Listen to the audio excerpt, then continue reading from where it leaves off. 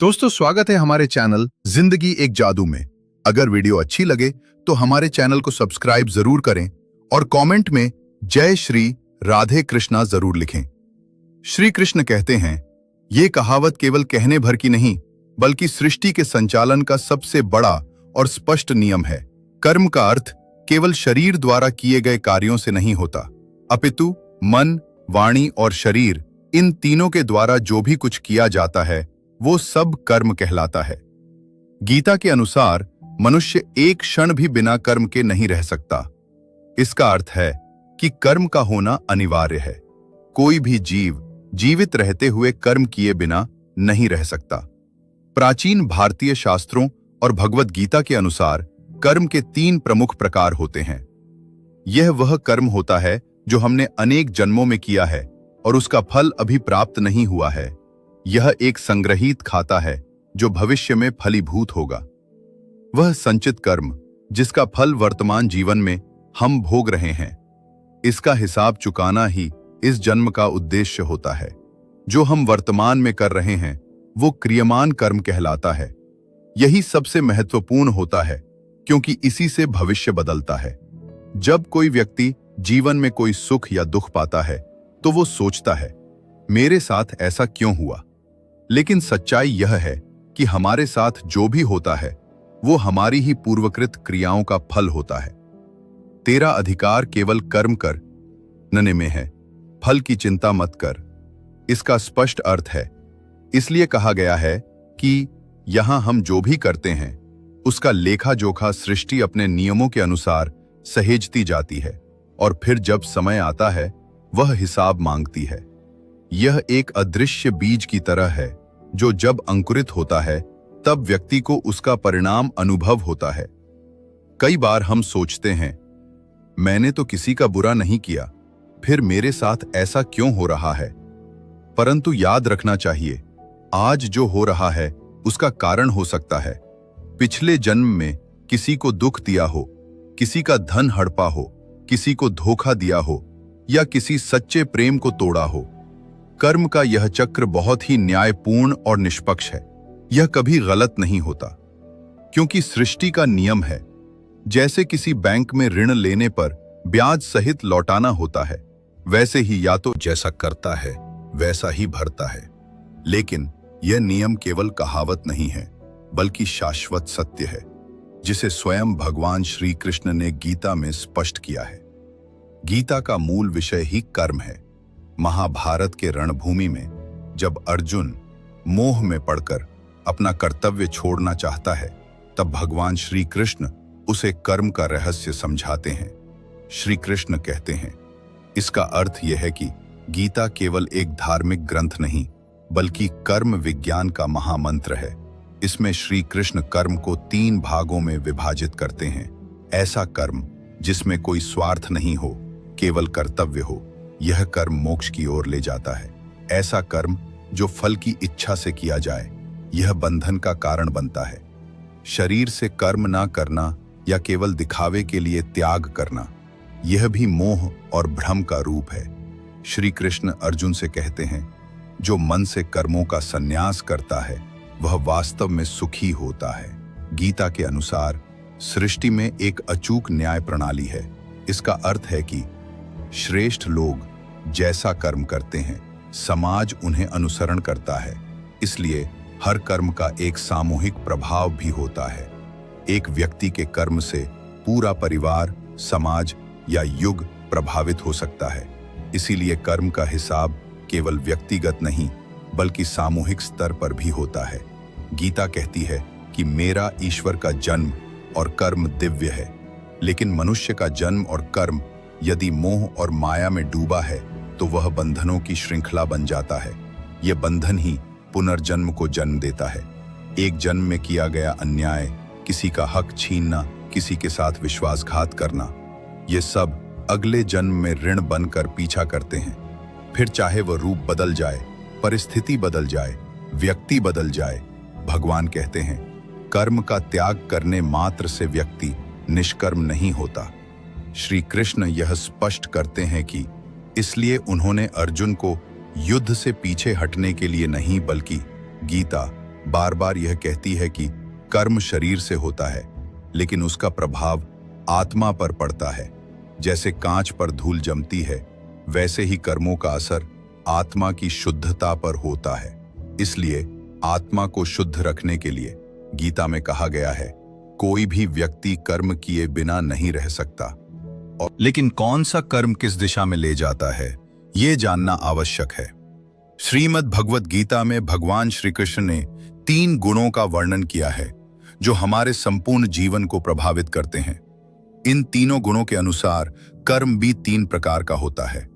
कर्तव्य बोध से किया गया कर्म, बिना किसी स्वार्थ के फल की अपेक्षा से रहित, दूसरों के कल्याण के लिए सेवा, दान, यज्ञ, तप, किसी को बिना अपेक्षा के सहायता देना, माता पिता की सेवा करना, समाज के लिए कार्य करना, अंतःकरण की शुद्धता, शांत मन, आत्मा का प्रकाश, मोक्ष की ओर मार्ग, फल की इच्छा से प्रेरित, अहंकार से युक्त, श्रम साध्य और चिंता युक्त, मैं मेरा भाव से प्रेरित, दूसरों को पछाड़ने की भावना से किया गया कार्य, किसी पद या सम्मान के लिए किया गया कार्य, लोभ, मोह, द्वेष से प्रेरित कर्म, असंतोष और थकावट, चिंता और दुख, पुनर्जन्म की श्रृंखला, मन की अशांति, बिना सोचे समझे किया गया कर्म, परिणाम की परवाह किए बिना जानन मेरे रहार करने के कर्म, दूसरों को कष्ट देने वाला अंधकार, क्रोध, हिंसा और आलस्य से युक्त नशा,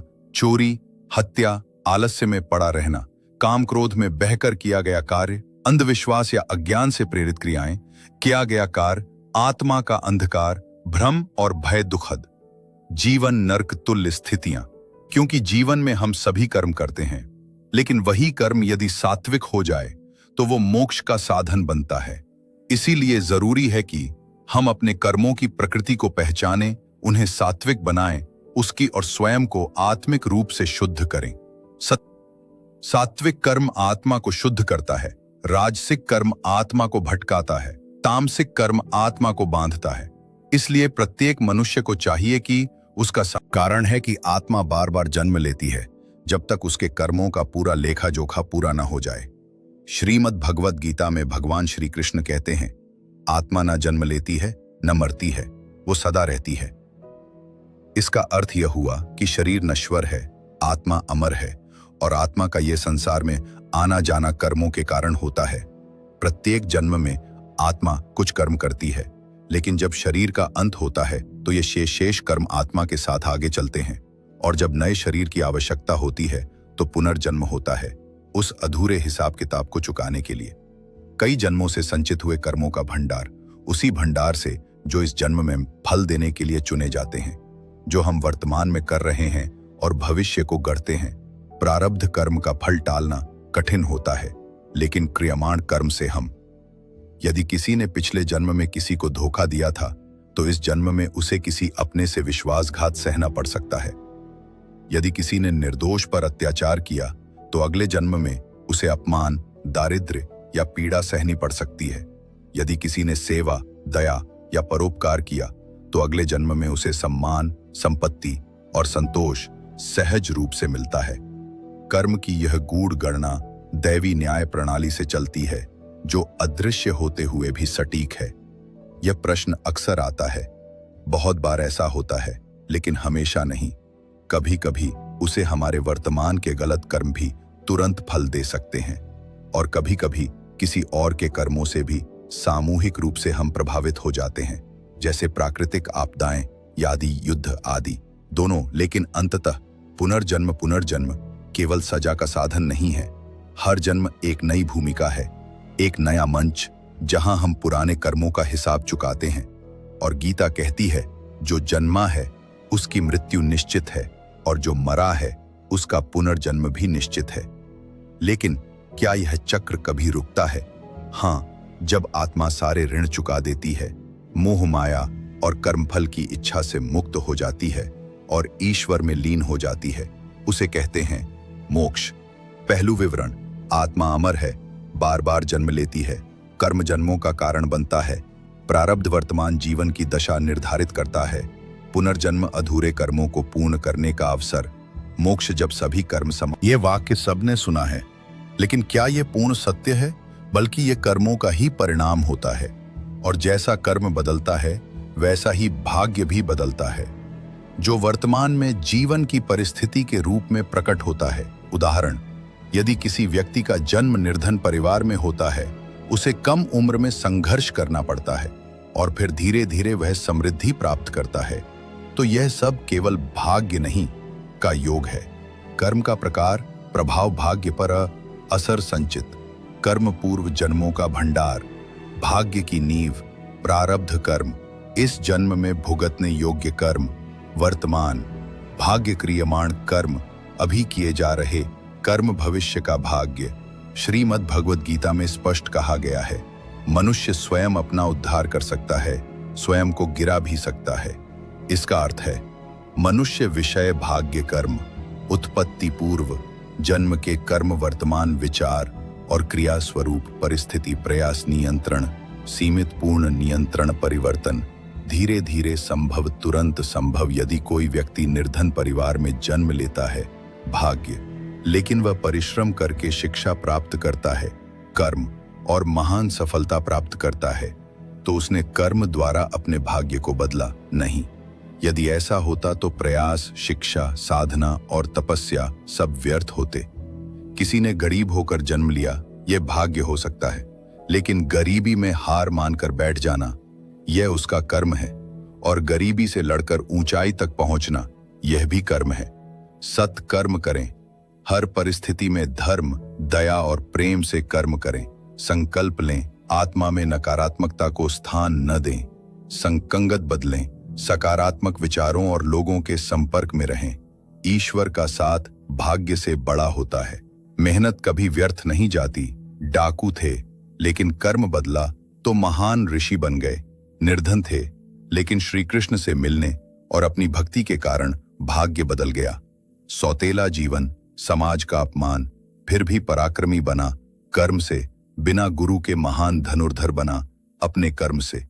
इन सभी ने अपने भाग्य को नहीं रोया, बल्कि कर्म से उसे महान बना दिया। भाग्य कोई जादू नहीं है, वह सिर्फ हमारे कर्मों का प्रतिबिंब है। जो आज तुम करोगे वही कल तुम्हारा भाग्य बनेगा। इसलिए भाग्य पर मत रोओ। कर्म किया गया प्रत्येक कर्म ब्रह्मांड में अंकित हो जाता है, उसका फल निश्चित है, समय चाहे जो भी हो। यह प्रश्न बहुत महत्वपूर्ण है। क्या भगवान बैठकर हमारे पाप पुण्य का लेखा जोखा रखते हैं? उत्तर है, जैसे सूरज उगता है, भगवान नहीं उठाते, लेकिन उनके नियम के अनुसार उगता है। बीज बोया जाता है, फल अपने समय पर आता है। ठीक वैसे ही कर्म बोया जाता है। भगवान ने इस सृष्टि में एक अद्भुत स्थापित किया है। ये तंत्र है, सूक्ष्म परंतु अचूक समय के अनुसार फल देने वाला, निष्पक्ष, निष्कलंक और पूर्ण न्यायकारी न्याय। यदि मानव करता है तो उसमें पक्षपात हो सकता है, लेकिन यदि ईश्वर करता है तो वो पूर्ण होता है। शास्त्रों में बताया गया है कि यमराज, जिनको धर्मराज भी कहा जाता है, नामक देवता, उनका कार्य है आत्मा के हर जन्म, हर कर्म, हर भाव और हर कार्य का सूक्ष्म लेखा संचित करना। ये लेखा न केवल कार्यों का होता है, बल्कि भावनाओं, उद्देश्यों और नियतियों का भी। उदाहरण, यदि किसी ने किसी की सहायता की, उसका उद्देश्य क्या था? दिखावा या सच्चा भाव? यदि किसी ने दान किया अहंकार से या करुणा से। कर्म का फल तय होता है 3 बातों पर। कर्म किस उद्देश्य से किया गया, किस प्रकार से किया गया, उसे दूसरों को लाभ हुआ या हानि। कर्म फल के 3 समय होते हैं। समय विवरण, उदाहरण, तत्काल तुरंत फल मिलता है, आग में हाथ डालने पर जलन। अल्पकालिक, कुछ समय बाद, परीक्षा की तैयारी और परिणाम। दीर्घकालिक, जन्मों बाद, पिछले जन्म का पुण्य या पाप। शास्त्रों में कहा गया है, कर्म किए बिना कोई भी निष्क्रियता या मुक्ति को प्राप्त नहीं कर सकता। यदि कोई व्यक्ति सच्चे मन से अपने पाप के लिए पश्चाताप करता है, आगे वो पाप नहीं दोहराने का संकल्प लेता है और सेवा, प्रायश्चित व तप करता है, तो भगवान उसकी क्षमा कर सकते हैं। प्रभु का न्याय कठोर है, परंतु उनका हृदय करुणामय है। कर्म का न्याय एक सजीव, अचूक और दिव्य व्यवस्था है। भगवान स्वयं हमारे हर कर्म का हिसाब रखते हैं, चाहे हम देखें या न देखें। इसलिए हर विचार, भावना और कार्य को शुद्ध रखें। ईमानदारी, करुणा और सच्चाई से कर्म करें और याद रखें, कोई कर्म व्यर्थ नहीं जाता। प्रभु मौन रहते हैं, लेकिन उनका न्याय सदा बोल। कोई भी संबंध संयोग नहीं होता, हर रिश्ता किसी अधूरे कर्म का ऋण होता है। आत्मा क्यों जुड़ती है संबंधों में? हम समझते हैं कि माता पिता बनना, संतान का जन्म लेना, मित्र बनना, विवाह करना, प्रेम या घृणा की अनुभूति। परंतु आध्यात्मिक दृष्टि से देखा जाए तो शास्त्रों में 5 प्रकार के ऋण बताए गए हैं जो आत्मा को जन्म के साथ ही प्राप्त होते हैं। ऋण का नाम किससे जुड़ा है? ऋण चुकाने का उपाय: पितृ ऋण, माता पिता, पूर्वज सेवा, आदर, श्राद्ध देव, ऋण देवताओं से यज्ञ, पूजन, भक्ति ऋषि, ऋण गुरु, ज्ञानदाता, स्वाध्याय, ज्ञान का प्रचार, मानव, ऋण समाज, मित्र लोग, परोपकार, दान भूत, ऋण प्रकृति, पशु पक्षी, संवेदनशीलता, संरक्षण। जो आत्मा इस जन्म में आपके माता पिता बनी है, हो सकता है वो पिछले जन्म में आपकी संतान रही हो। किसी के प्रति बहुत गहरा प्रेम या द्वेष अनुभव होता है, वह आत्मा पूर्व जन्म की कोई विशेष भूमिका में रही होगी। किसी से बिना कारण नफरत हो रही है, या किसी पुराने कर्म का ऋण या शत्रुता हो सकती है। हर आत्मा जिससे तुम जुड़े हो, वह कोई पुराना हिसाब लिए आई है। कर्म के ये ऋण: सेवा, प्रेम, त्याग, समर्पण, धोखा, पीड़ा, वियोग, अपमान। कई बार हम किसी के साथ हर संभव अच्छा व्यवहार करते हैं, फिर भी वो हमें दुख देता है। क्यों? जब आत्मा सारे ऋण चुकाती है, किसी के प्रति राग द्वेष नहीं रखती, सेवा, क्षमा, करुणा को अपनाती है, तब वह कर्म बंधन से मुक्त होकर मोक्ष की ओर बढ़ती है। क्या आपने अपने माता पिता का ऋण चुकाया? क्या आपने गुरुओं के उपकारों को याद किया? क्या आपने समाज को कुछ लौटाया? क्या आपने पशु पक्षियों और प्रकृति के प्रति करुणा दिखाई? कर्म के ऋण ही संबंध बनाते हैं। कोई भी रिश्ता संयोग नहीं है, वह किसी पुरानी कर्म कहानी का हिस्सा है।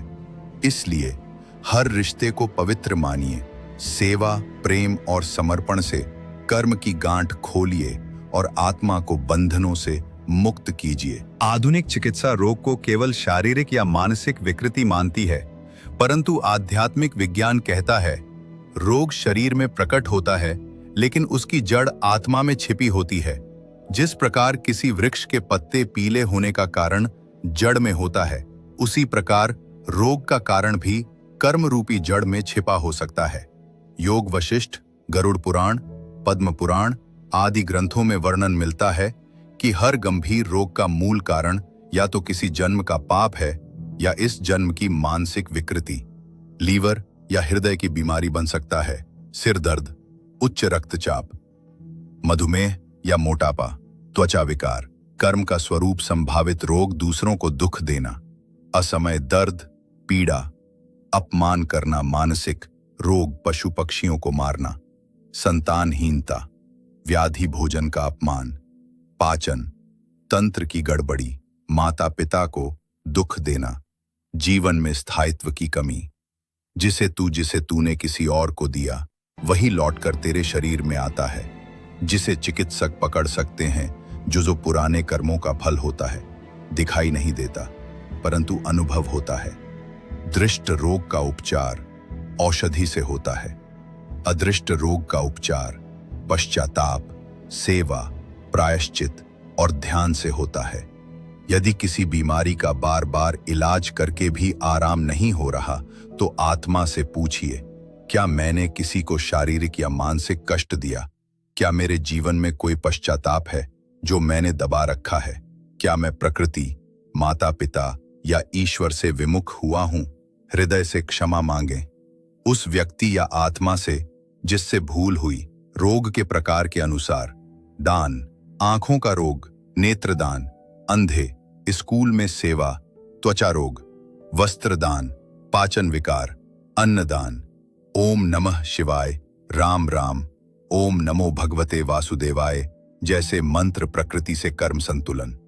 अपनी इच्छाओं के कारण असमय वृद्ध हुए, फिर सेवा और त्याग से रोग से मुक्त हुए। गरीबी और पीड़ा भोगी, परंतु कृष्ण भक्ति से सब नष्ट हुआ। बुढ़ापे में अकेलापन और मानसिक रोग का शिकार हुआ। रोग वही देता है जो तूने पहले बोया है, और राहत वही पाता है जो स्वीकार कर सुधार करता है। रोग केवल शरीर की समस्या नहीं है, अर्थात आत्मा का एक शरीर छोड़कर दूसरा शरीर धारण करना। शरीर नष्ट होता है, परंतु आत्मा और उसके कर्म कभी नष्ट नहीं होते। जैसे मनुष्य पुराने वस्त्र त्याग कर नए वस्त्र धारण करता है, वैसे ही आत्मा एक शरीर छोड़कर दूसरा लेती है। जब तक सारे अच्छे बुरे कर्मों का फल नहीं मिल जाता, आत्मा पूर्ण संतुलन में नहीं आती, वो मोक्ष के योग्य नहीं होती। जब आत्मा मृत्यु के बाद अपने शरीर को छोड़ती है, तो उसके साथ 3 चीजें जाती हैं। पिछले जन्मों की आदतें, पाप पुण्य का लेखा। यही 3 चीजें तय करती हैं कि अगला जन्म मानव में होगा या पशु में समृद्धि में होगा या दरिद्रता में, सुखमय होगा या दुखमय। आत्मा मृत्यु के बाद सूक्ष्म लोक में जाती है। वहां उसका कर्मों का लेखा पढ़ा जाता है। चित्रगुप्त द्वारा कर्म न्याय किया जाता है। फिर आत्मा को उसी अनुरूप नया जन्म मिलता है। इज इक्वल टी जन्म लेने की बाध्यता। जन्म का आधार इज इक्वल टी जन्म में दिशा। कर्म अगला जन्म। अत्यधिक लोभ पशु योनि, सुअर कुत्ता आदि। घमंड और अत्याचार, राक्षसी योनि करुणा, सेवा दान मानव योनि, भक्ति ज्ञान वैराग्य देव योनि या मोक्ष। यदि आत्मा निष्काम कर्म करे, फल की इच्छा से मुक्त, सेवा तप और भक्ति में जीवन बिताए, राग द्वेष से ऊपर उठे हर कर्म को ईश्वर को समर्पित करे, तो वह मोक्ष प्राप्त कर सकती है। जो जन्म मरण के चक्र से ऊपर उठ जाता है, वही मुक्त कहलाता है। मोक्ष का अर्थ है ऐसी आत्मा पुनः जन्म नहीं लेती, साक्षात परमात्मा में लीन हो जाती है, आनंद शांति और अमरत्व को प्राप्त करती है। तो में भगवान श्री कृष्ण कहते हैं, जो मेरे धाम को प्राप्त हो जाता है, वो फिर इस दुखमय संसार में नहीं लौटता। हर जन्म एक अवसर है उन कर्मों को सुधारने का, पश्चाताप करने का, सेवा करने का और मोक्ष की ओर बढ़ने का। इसलिए कर्मों को सजग होकर करें, हर जन्म को ईश्वर की साधना में लगाएं, ताकि आत्मा बार बार लौटने को मजबूर न हो। कर्म सिर्फ क्रिया नहीं, वह आत्मा पर बंधने वाली गांठ है, जो जितनी गहरी होगी, मुक्ति उतनी ही कठिन होगी। क्या है कर्म की गांठ? हर कर्म एक बीज है, लेकिन कुछ कर्म ऐसे होते हैं जो आत्मा में गांठ की तरह चिपक जाते हैं। गांठें वे कर्म हैं जो अधूरी वासनाओं से भरे होते हैं, किसी को दुख देकर किए जाते हैं, मन, वचन और शरीर तीनों स्तर पर बंधते हैं, कई जन्मों तक आत्मा को मोक्ष से रोकते हैं, आत्मा को कई जन्मों की यात्रा पर भेज देता है। 5 सबसे गहरी कर्म गांठें। कर्म की गांठ प्रभाव क्यों गहरी है? कर्म की गांठ मेरी थीन दरा, आत्मा को राग में बांधता है, इच्छा के अधूरे बंधन, क्रोध से किया गया कर्म, हिंसा और प्रतिशोध का जन्म, वचन से दिया गया दुख, मखरूत लम्स, पीढ़ियों तक असर, लिख शब्द का घाव गहरा होता है, अन्याय या विश्वासघात आत्मा को अपराध बोध में बांधता है, फोटोग्राफिक की जड़, कामना वासना का कर्म, धन बार बार जन्म की बाध्यता, इच्छा की अग्नि में झुलसी आत्मा, मां का अपने बेटे के लिए अंधा मोह, पुत्र आत्मनिर्भर नहीं बनता, मां अगले जन्म में भी पुत्र की चिंता में जन्म लेती है, व्यापार में किसी को जानबूझकर धोखा देना, अगले जन्म में आर्थिक हानि, बार बार विश्वासघात सहना पड़ता है, प्रेम में अस्वीकार और बदला लेने की भावना, अगला जन्म शत्रु या दुखद प्रेम कहानी बन सकता है। गांठ वहीं बनती है जहां कर्म के साथ वासना या पीड़ा जुड़ती है। जो हो गया उसे स्वीकारें, यही पहला उपचार है। जिसने आपको दुख दिया उसे हृदय से क्षमा करें, जहां भूल हुई है वहां प्रायश्चित करें। ज्ञान की अग्नि में कर्म जलते हैं, अपने बंधन ईश्वर को समर्पित करें, वो सबसे उत्तम गांठ खोलने वाला है। श्री कृष्ण का उपदेश, यथाय धंसी समिद्धोग्निर भस्मसात कुरुते अर्जुन, ज्ञानाग्नि सर्वकर्माणि भस्मसात कुरुते तथा। हे अर्जुन, जैसे प्रज्वलित अग्नि लकड़ी को भस्म कर देती है, वैसे ही ज्ञान की अग्नि समस्त कर्मों को भस्म कर देती है। कुछ कर्म केवल बीज होते हैं,